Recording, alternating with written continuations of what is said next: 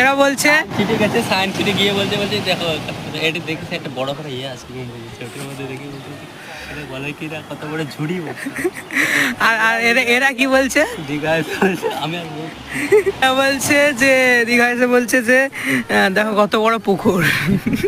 তারপরে একটু কি ছিল ওটা বল না। मैं नहीं बताऊंगा। কি ছিল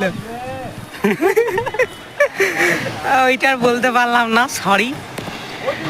আরে বাপরে, এই যে আমাদের গ্রুপটা, এখানে চন্দন, আমি তো ক্যামেরার পেছনে আছি, মহেশ্বর, বিদ্যুৎ, বিক্রম দা, গোপী, প্রলয়, অজয়।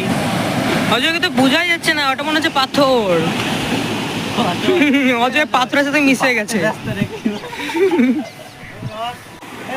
এখন সময় 6:10 আর এখানে ছবি তোলার পর্ব চলছে সবার। তুলো